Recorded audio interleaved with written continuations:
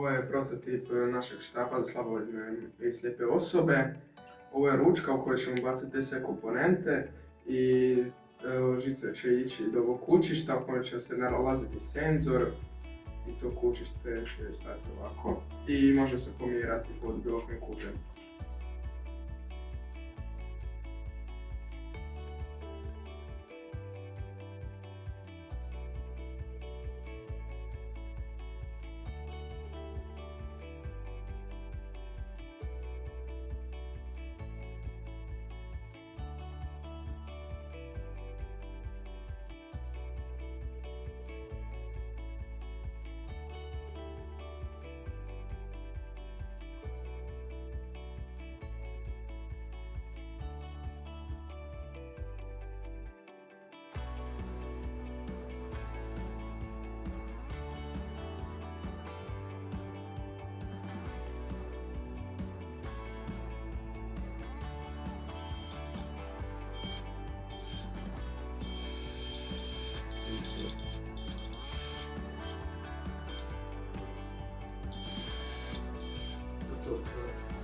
Upravo smo završili prototip našeg štapa koji će pomoći slijepim i slabovidnim osobama.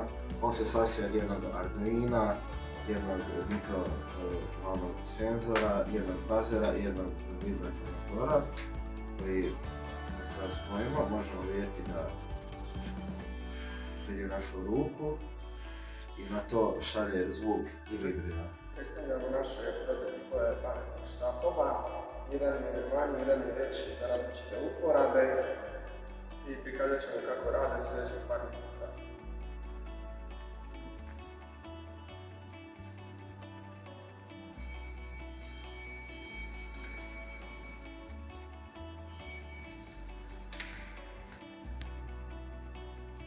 U ovom dijelu ćemo pokazati kako radi ovaj